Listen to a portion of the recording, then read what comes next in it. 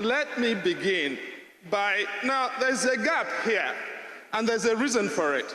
It's actually for the Nigerian public officers who have elected to abandon ship so that this will be a conversation of irrelevance. If we are talking about using the police to protect citizens, and citizens are not part of it, who will the politicians be doing business with? Bandits and terrorists? Are they the interlocutors that the politicians will be doing business with? Why are they so afraid of citizens that none is invited to the table? The governors are not complaining that we should decentralize state security service. They are complaining they should own the police. These are governors who have never funded their ministries of justice. Now, they will put money to give to police because police is used for rigging elections. Ask all of these governors who have run away how much they have spent on their ministries of justice in the past 4 years. Nigerians, Chidi Odinkalu is made differently. You see the way he shifted and gave a distance between him and those political class deceiving themselves. He unleashed the truth on them, woto, right to their faces. I want you to calm down. Don't be in a hurry. Listen to this, because I'm still wondering why it is not trending. No, thank you very much, Mayoga, and good afternoon, sir. I guess I should adopt the existing line and say I extend my appreciation to His Excellency, the President of the Federal Republic of Nigeria, Asiwaju Bola Ahmed Tinubu, GCFR, for his courage in giving us this bill. If I could sing, I will sing on your mandate. But since my voice is very bad, let me begin by, now there's a gap here, and there's a reason for it. It's actually for the Nigerian public officers who have elected to abandon ship so that this will be a conversation of irrelevance. That's why I've refused to move closer, because they need to be represented in this conversation as ongoing stakeholders. This conversation is so significant that citizens are not invited to the table. So it's a conversation among politicians, fixing for themselves their own instruments of power.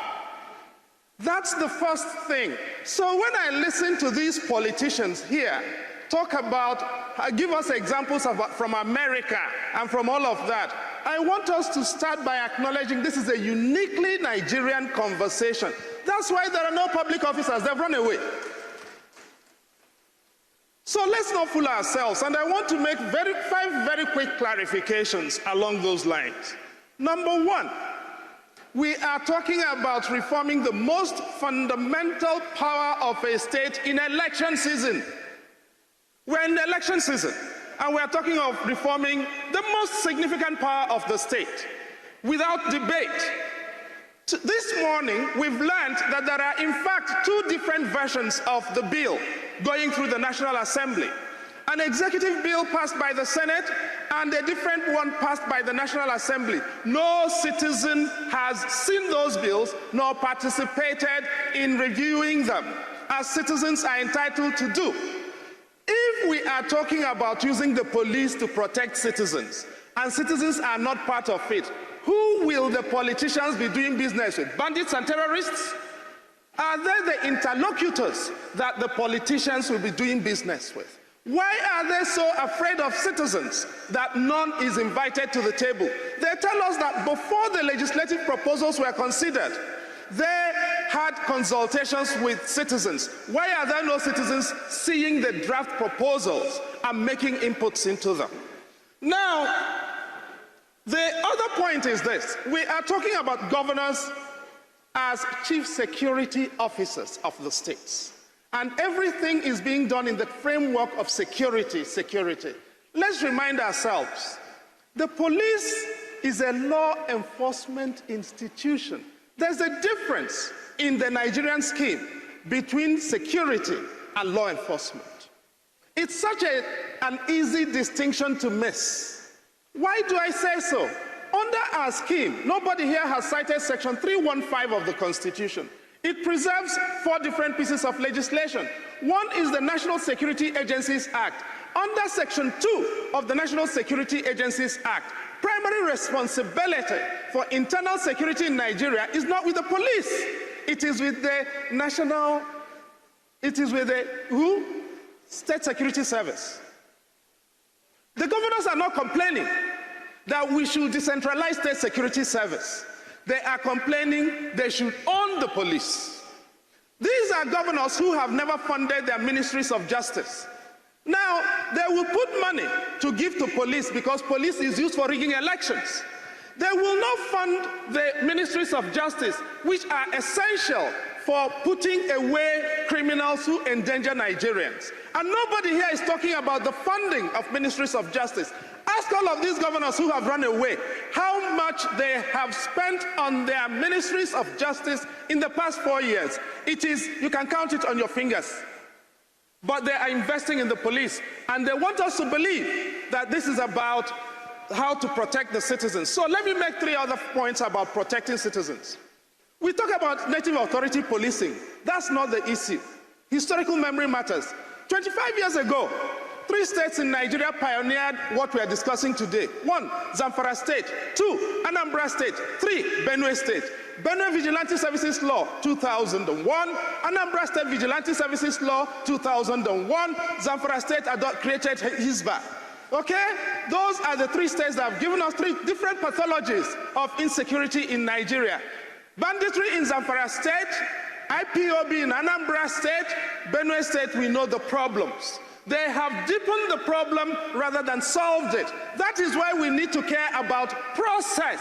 We need to care about the contents. But when you raise that, the governors say what? It is detail, it doesn't matter. It is everything. There is a consensus historically on the question of policing.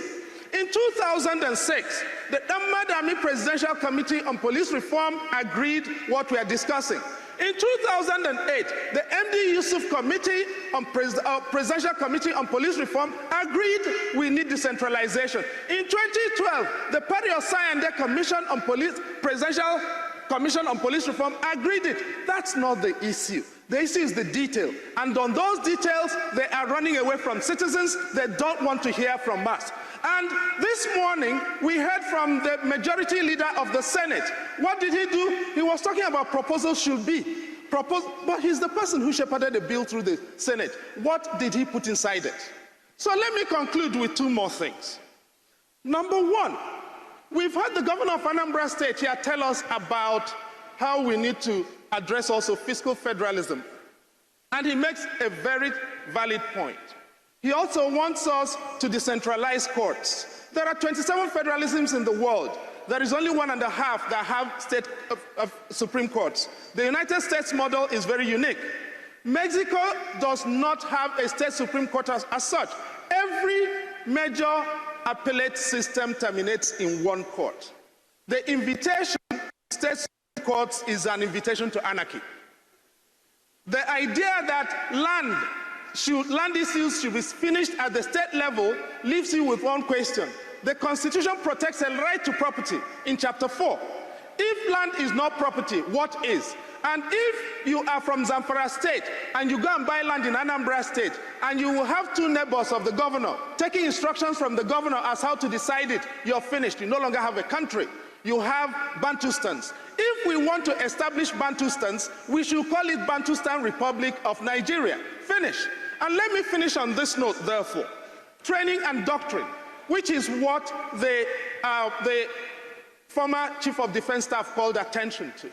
We are going to be creating state police with no transition arrangements, with no provision for anything, and we are talking about these things don't matter. You know, these are minor issues. How do you, in a policing system that has treated over 170-something AK-47s in the last 5 years, we are saying it does not matter who has arms, to whom it is given. Because we want to give governors the power of state policing in an election season. Let's remember that. This is happening in an election season, and we are not allowed to ask the question, why should that be so? Let me yield on that score, and I hope that we can continue as citizens, even when the politicians don't want to listen, to continue to have this conversation, because at the end of the day, it is our assets online. The politicians are already well protected. Thank you.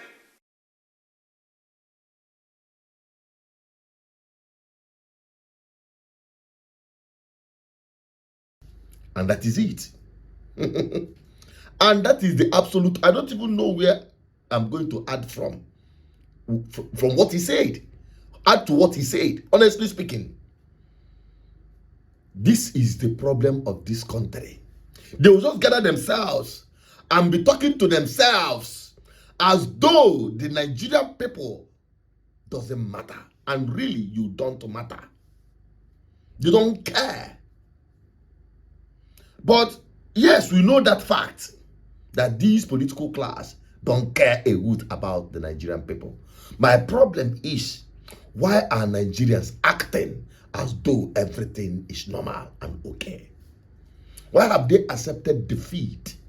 Even as you are trying to push, some people will tell you it is impossible. Let us just continue being slaves.